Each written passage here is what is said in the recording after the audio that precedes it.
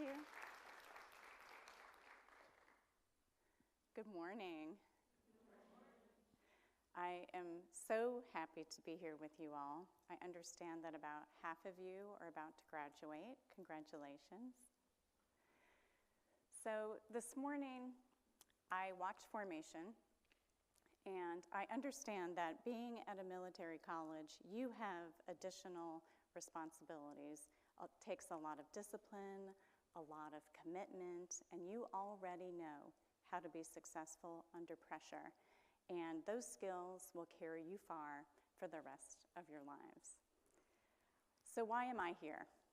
I am fortunate to have had wonderful female mentors in my life, and I want to pay that back. Also, I agree strongly with the poet Adrienne Rich, who said the one most important thing one woman can do for another is to illumine and expand her sense of possibilities. So I hope that by sharing some of my personal stories and my career path that I can do that for you today. I am going to refer to my notes because I'm so excited and I have so much to share with you, and I'm afraid I'll go on tangents and down a rabbit hole. So I'm going to use this to keep me focused. My own path has been a winding one that I could not have predicted. When I was your age, in school, sitting in a French class, I never would have thought that years later I'd be using those French skills in a foreign country that is a French-speaking country. I live in West Africa, in Gabon, and I use it on a daily basis. And I never would have predicted that in school. I myself in college was unclear of where I was headed. I changed my major 3 times. I studied abroad a couple of times, and I sort of felt like a puzzle piece that was floating around, and I wasn't sure yet where I fit. I had roommates that were really clear that they wanted to be pre-med or pre-law, and I had no idea. I ultimately landed on a sociology major. I was interested in criminal justice, and there's a classic film way before you all called Silence of the Lambs, and it was really exciting for me because it was one of the first times I had seen a female agent on the big screen. If you've ever seen it, it's Jodie Foster. She's Clarice Starling. Well, I wanted to be her. And so I sought out an opportunity to intern with the Georgia Bureau of Investigation, but then figured out I could not stomach the crime scene photos. So then I felt very lost. I graduated with a newly minted degree in sociology and no idea what I was going to do with it. And after graduation, thank you, I returned to my hometown. I joined a credit card processor. I didn't even know what that was. It's sort of banking behind the scenes where you're looking at credit card transactions. And they were taking on new college graduates and instilling a bunch of training into them. And I really didn't know what I was doing, but I needed a job. And they said they would teach me. So I took it. And honestly, I thought this sounds a little boring and a little dry. Data was not my thing. But I figured out where I fit into the big picture by honing in on the fraud unit. So I worked fraud in bank card transactions. And very serendipitously for me, when 9/11 happened, Bank of America cards were used by the hijackers. And Bank of America was my portfolio. So Secret Service agents came to sit down with me to look at all the time and date stamps of the credit card transactions that the hijackers had used. And in working with them that week or two, they said, "We need women." And I said, "I thought you just protected the president until you came here this week. I did not know." And they said, "No, we work white-collar crime." And that really sparked something in me because it was a way to work investigations and not have to look at the crime scene photos. It was all anti-money laundering and counterfeit and right up my alley. So ultimately, I left the Secret Service, and I'll get into that more later, and took the clearance that I'd gotten in Secret Service to go up and work in DC for Defense Intelligence. And I got a job with Defense Intelligence Agency running their counter-threat finance program. And later, met my husband, and we are now diplomats. We've been overseas for 12 years, And the rest is history. And you can ask me any questions that you want about that later. So now that you know a bit about my story, I'd like to share with you some of the lessons that I wish I had known sooner. If you'll go one more, please. Thank you. Embracing the feminine. Women analyze, problem solve, and think differently than men. And every time you show up, you are bringing a special asset to the table, which is your unique perspective. More than our male counterparts, we tend to ask for permission and hesitate to share our ideas. I encourage you to put that aside, to find your voice and to take up space because you deserve to be here. When I joined the Secret Service, it was only 10% women.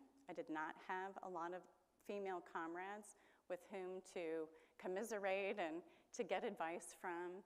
And I really kind of had an identity crisis. I was around all men, and I felt like I had to put on some invisible armor and march around and act a little bit more masculine. And during the day, I was in combat raid gear, and I was making arrests. And then when I ever had some free time, I was in sundresses and makeup, and I felt like I didn't know who I was. And it turns out you can be both of those people. But it took me a while to get comfortable because it seemed like a very incongruous lifestyle that I was running, like I was schizophrenic.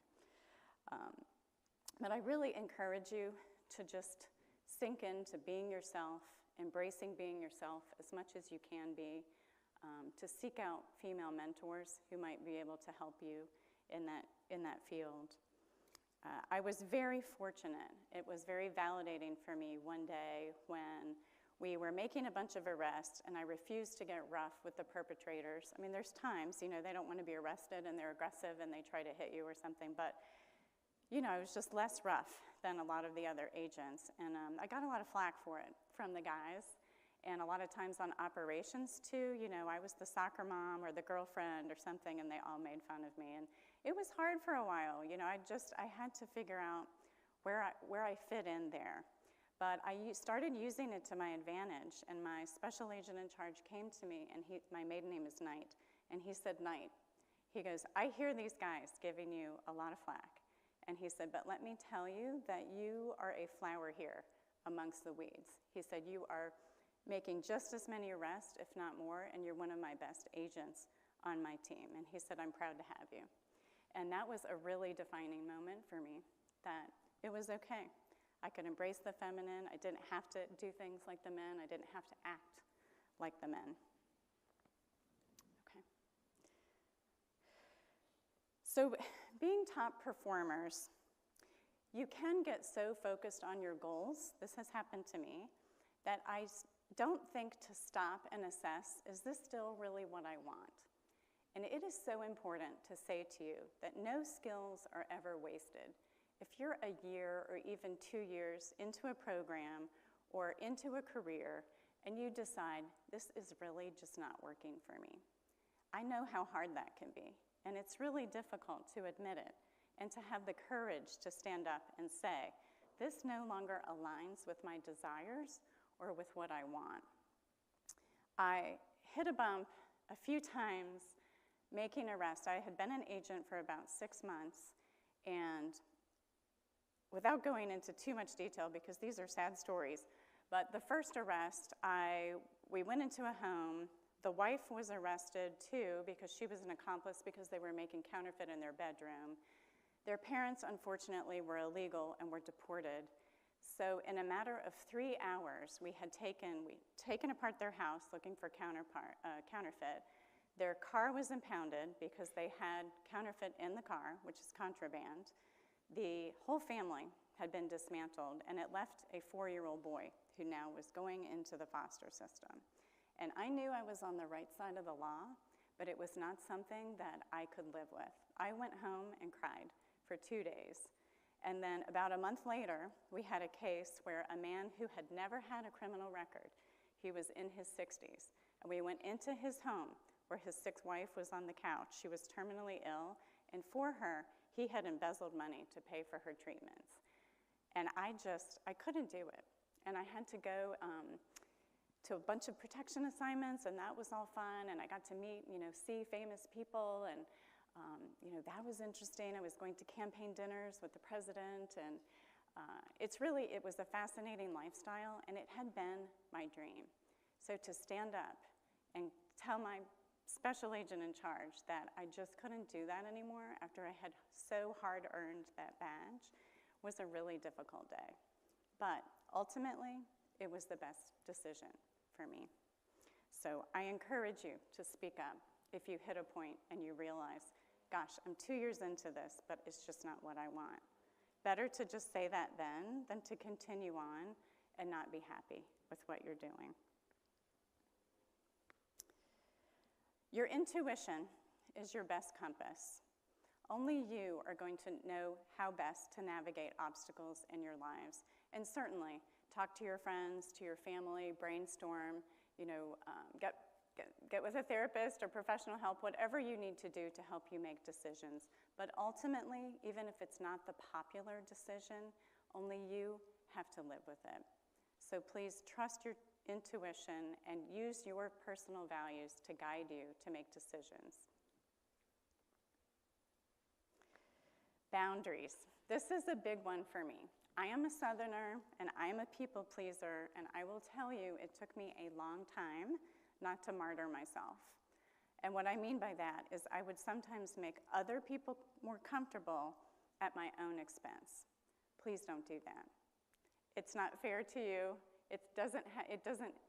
Boundaries are a form of self-respect. Because you are high achievers, you're going to have so many demands on your time and your energy, and people are going to ask a lot of you, and you're going to be pulled in different directions. So I really encourage you to get comfortable saying no. And I know that's uncomfortable because you are yes people or you wouldn't be here, but it's really important to learn to prioritize, and we'll talk about self-care later. That's huge for me because as goers and doers, you are going to need to make sure that you're factoring yourself into the equation. Being worthy. This is a big one too. I jumped that a second, excuse me, thank you.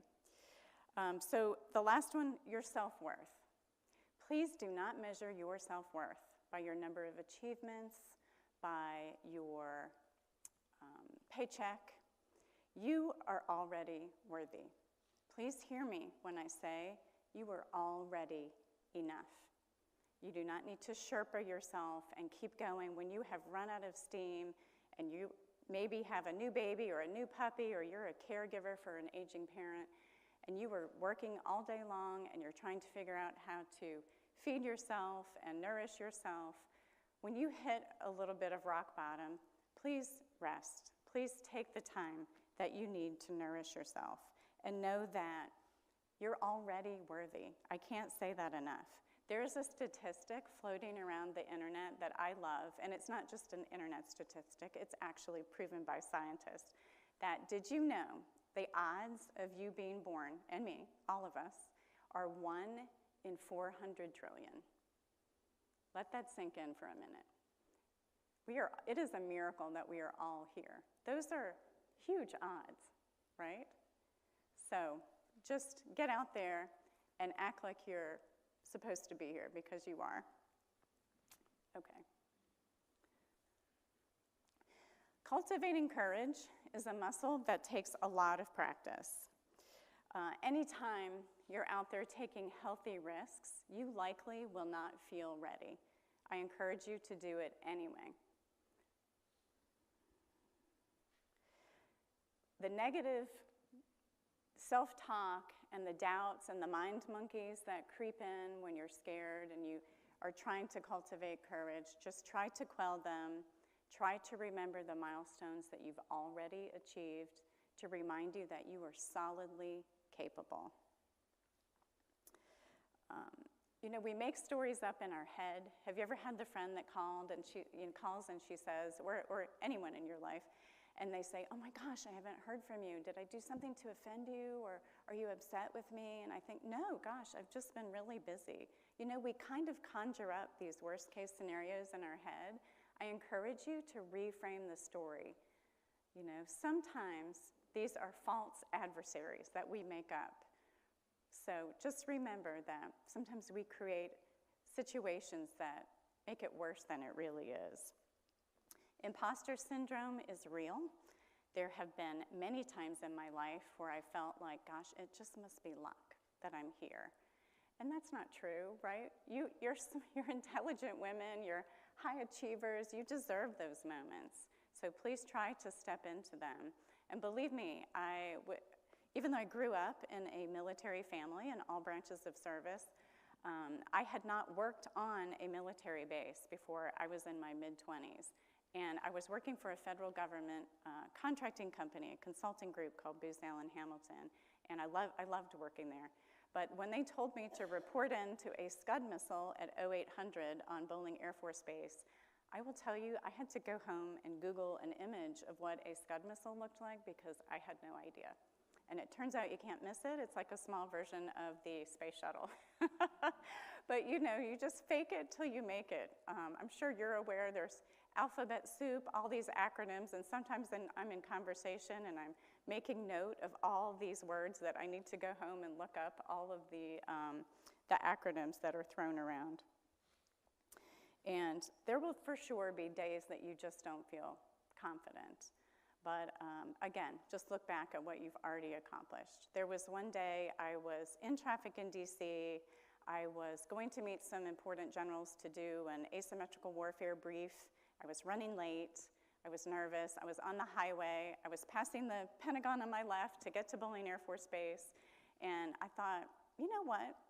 I'm going to a job where I'm fighting terrorism. And according to my OBGYN, I am growing eyelashes on a baby today. And I was like, top that, fellas.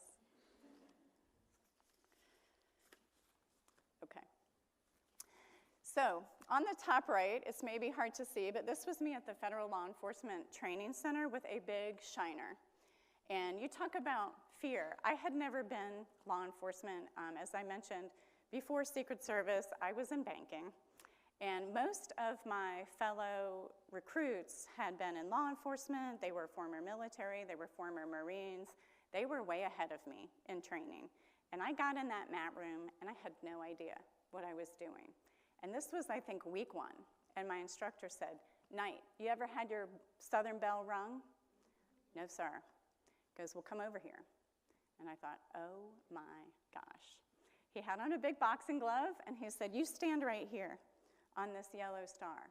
I'm going to come at you at 100% force. And he said, do not back up. And the next thing I knew, I woke up with my back on the floor. I felt like I was underwater. I had been completely knocked out. He said, go get water. And honestly, I remember still bending over that water fountain, and I just had tears pouring into the water fountain, and I had to go get back into the classroom. So I got it together.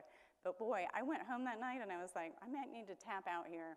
I'm not sure if I can do this. The physical training as a petite female was really difficult. All the pull-ups and the push-ups and the running that you already know how to do, that was not my background. I was a dancer, I was a swimmer. I had never been hit, ever, which is a blessing, but also I was not prepared for that punch. So there were days where I literally, my mantra was make it meal to meal. I would get up, I would go to breakfast, and I would try to get to lunch. And at lunch, I would try to get to dinner. And I had a great friend. He was a graduate from West Point. And he said, you know what they taught us? Quit tomorrow. And he goes, and make sure every day that tomorrow never comes until graduation day. And I literally, that is how I got through my training. But I'll tell you what, the day I walked across that stage, and I was one of 3 women out of 24 recruits that had made it, I was very proud to get those credentials and that badge. It was worth every hurdle. You are stronger than you think, truly. Okay. Next slide, please. So here On the right, I'm in South Africa with the KwaZulu-Natal tribe. They are not dressed up. This is not Disney World. We lived near here in Swaziland in East Africa. And this was the diplomatic function where King Mswati III was appointing his, I think, 18th wife, which is a different kind of culture, right? Living abroad as a diplomat in 4 different hardship countries. We've been in East Africa, Cairo, Honduras, and now Gabon in West Central Africa. And these are all considered hardship countries, which means they have a higher threat level, either for political instability. When we were in Cairo, there were some bombings against Coptic Christians and retaliation from the Muslim Brotherhood against the presidency. And in Honduras, we had gang warfare outside. So we have been in some challenging situations. A year and a half ago in Gabon, we had a military coup, and I didn't have a baby until I was 40, and it was very hard for me to send him away to boarding school to keep him safe. And I'm very excited to tell you when we move to DC this summer, I will get him back under my roof with me. But you know, as a family who serves, you make sacrifices, and sometimes they're really hard choices. But what I really wanted to say here is, I know that you already, physically and academically, you push yourselves. You are women who get outside of your comfort zone, but I'm really talking about try to get outside of your borders. Try to go beyond America. You will learn so much about America by being outside of it and seeing other countries, other cultures, being a witness to the fact that so many others do not have the rights and the freedoms that we have. And with the shrinking world of business and just how easy it is now for ease of travel, you know, it's more affordable for people to get to countries, it will really behoove you to learn some languages. If you can, and if you have the time and aptitude, please consider learning a foreign language. It is so rewarding to get somewhere and be able to try to communicate with someone in their language. They're so grateful that you've taken the time and made the effort to do that. You'll use language in your jobs, in your neighborhoods, maybe even sometimes at the airport to help someone, or in a museum to help someone. I can't tell you how many countless situations I've been in where I've been grateful, and sometimes just for my own safety. I'm an information girl, and I like to know what people are saying around me, and if I'm in an elevator with all men and they're speaking in Arabic, and I know what they're talking about, there have been times where I've really embarrassed people by saying, oh, actually, I can hear you, and I know what you're saying. So, thank you. Quickly here, I just want to say, you're going to be on paths that to other people are going to seem amazing and glamorous, and it will be some days. But there's going to be a lot more grit than glamour.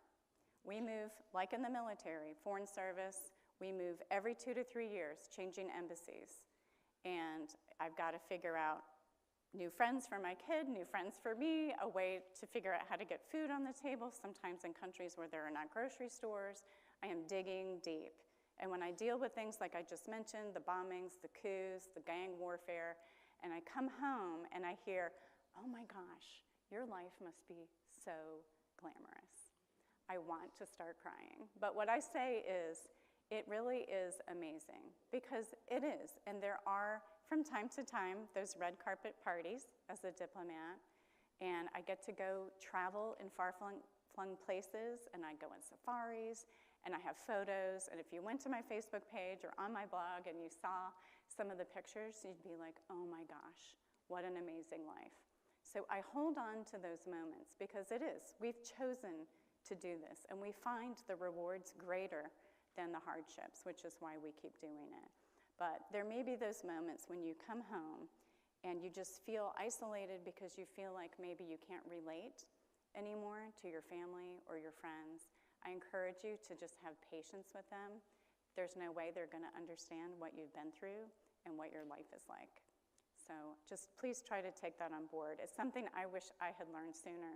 Instead of trying to argue with them when I come home, oh my gosh, if you saw how many potholes I have, and I don't have paved roads, and I can't drink the water, and instead of complaining about it, I just try to remember that I get to, I don't have to, and that life is happening for me, not to me.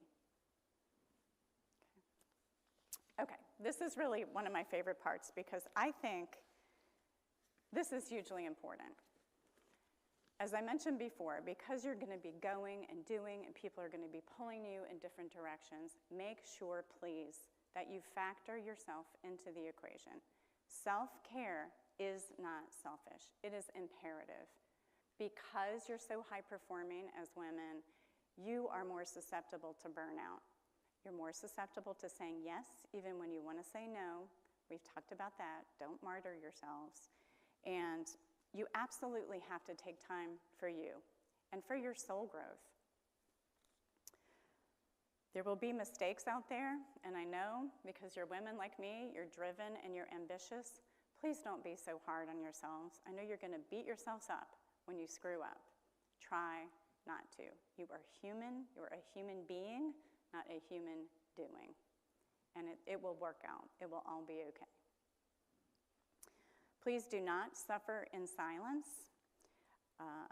Asking for help is not a weakness.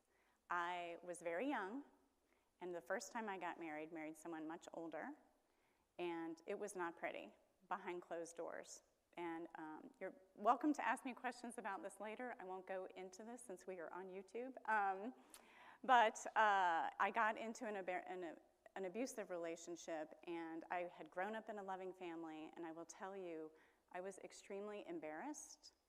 I really beat myself up. I'm smarter than this. How did I get here? And it really, honestly, I was young, I was naive, I had never lived with anyone before, and it took me 2 years to tell anyone what was happening. And I'm so grateful I finally spoke up. You know, I have strong Christian values. I was very upset about embarrassing my family, about getting divorced, about breaking my vows. I went and spoke to my preacher finally, and I got a therapist, and I'm happy to tell you now I have been married 20 years to an amazing, kind, and supportive man in my life with whom I've had my child, and it couldn't be better. But thank goodness I got out. And please do not suffer in silence for whatever it is. And just remember that people really do love you unconditionally, your friends and your family. I don't think there's anything that you could do to make you less in their eyes. And again, everyone makes mistakes. Where are we here? You can lose yourself under prolonged periods of stress. So again, it's so important to make sure you know all about hydrating and sleep and all of that, but really scheduling in some fun and schedule it into your calendar like a doctor's appointment. You wouldn't flake out on a friend for coffee. Don't flake out on yourself. When you're so tired, I'm sure the first thing to go is going to be your yoga class or your wine night with your friends or whatever you do for fun.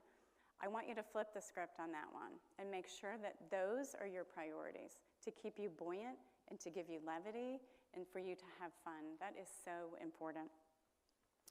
Also, because you may be in very transitory lifestyles where you're moving from place to place, maybe you're going to get deployed, take something that is familiar with you. Even if it's the smallest routine that you do at home that you can take on the road. Maybe this seems silly, but you'll be grateful for it later, whether it's a song you love to listen to, or a meditation or a yoga class that you like, if it's a journal and a pen or a cup of tea. I carry my own mug and my own tea bags that I like everywhere with me. I brought it to General Caldwell and Stephanie's house last night, and they said, "Do you want some tea?" I'm like, "Oh, I have my tea, thank you." And it's just a small routine that is grounding and centering to me when I'm in an unfamiliar place. And if you can define something for yourself that's mobile that you can throw in your suitcase, I really encourage you to do that, even if it's watercolors and a pad of paper.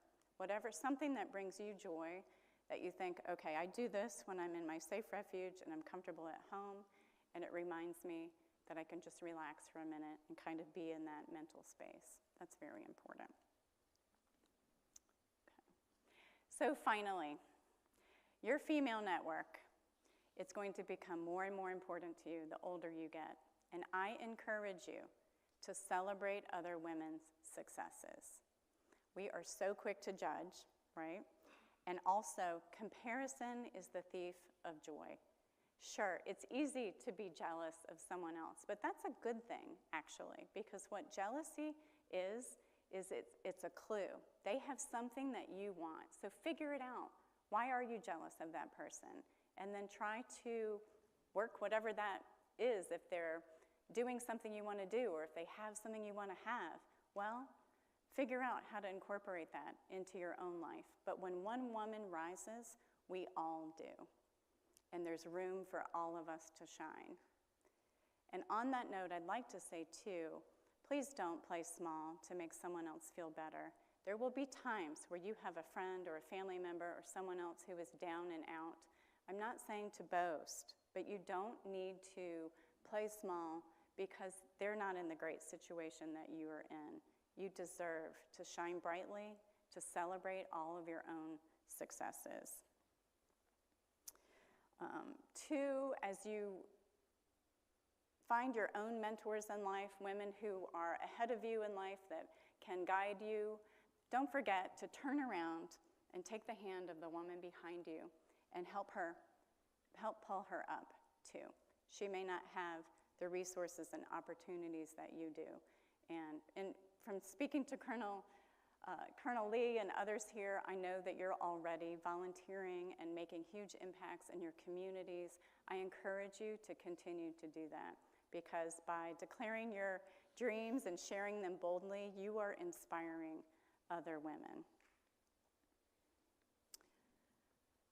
So ultimately, I just want to say you have extraordinary destinies ahead of you.